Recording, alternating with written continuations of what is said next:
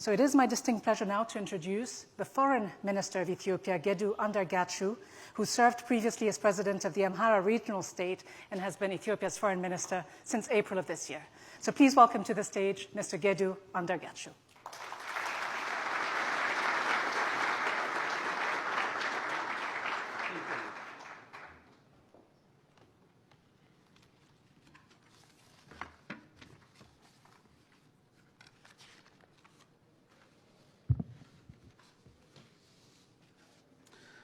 Honorable Ministers, Excellencies, ladies and gentlemen.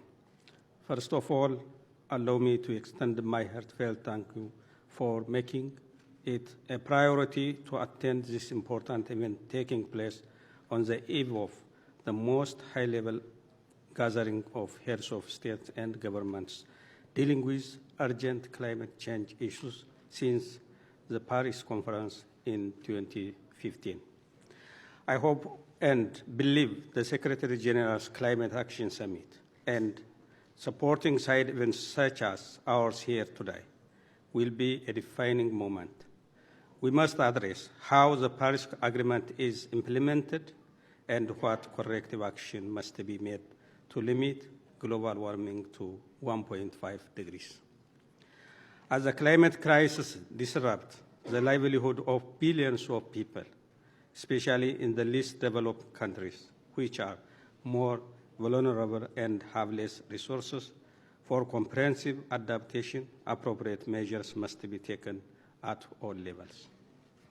In the word of the Secretary General, we must show a leap in collective national political ambition and demonstrate massive low emission in the real economy. Indeed, this is the ambition of today's event.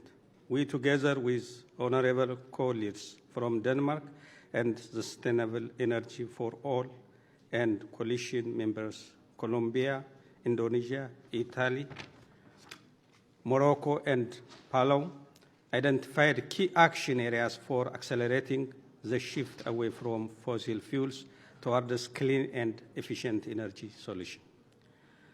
The pathways to these energy transitions are well documented. Renewable energy technologies are developing fast. We are witnessing an unprecedented trend of dramatic cost reductions.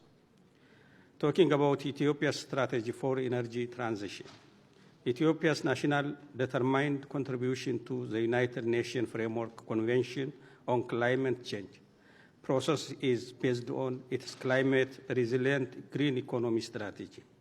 This strategy envisions to make Ethiopia a middle-income country by 2025 based on predominantly on renewable power.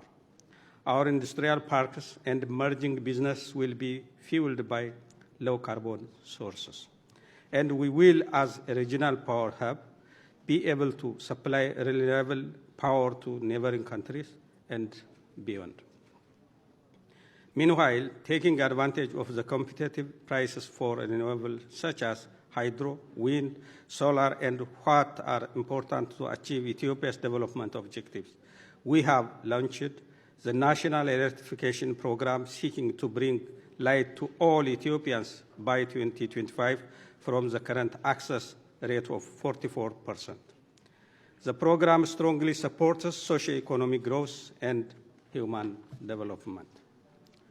Honorable Ministers, Excellencies, ladies and gentlemen, over the past 2 decades, around 2 billion people gained energy access worldwide. However, we must not forget an estimated 840 million people in the world are still left behind. These people are predominantly living in the 47 least developing countries, representing the poorest and most vulnerable segment of the international community. During this forum and the summit, we must really seriously listen to the important initiatives seeking to increase the access to energy towards 2030. Many countries have embarked on ambitious journeys to achieve this objective, but are facing big challenges. With regards to extending similar investment costs to all least developed countries, International Renewable Energy Agency estimates 12 to 40 billion USD must be mobilized each year in order to meet the 2030 SDG 7 goal of universal access to electricity. For instance, achieving universal access in Ethiopia through least cost solution will cost around 6 billion USD until 2025. That means 1 billion per year. Paying this bill will require concessional financing from development partners, and grant financing are essential to implement government mobilization. However, currently only 3 billion USD per year of total official development assistance is allocated to the energy sector, and only a marginal part of the Green Climate Fund financed projects are located in the LDCs.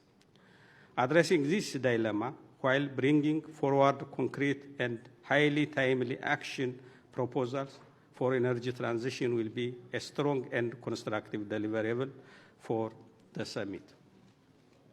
In this regard, I am delighted to announce that the Coalition on Sustainable Energy for All initiative that Ethiopia has developed in cooperation with Morocco, C4All, IRENA, and others. This coalition is a valuable example of the strong momentum of the energy transition track. In conclusion, I would also like to welcome the Climate Investment Platform initiative. This will allow stronger focus on access to energy in the poorest and most vulnerable countries in the investment decision of the Green Climate Fund. I thank you.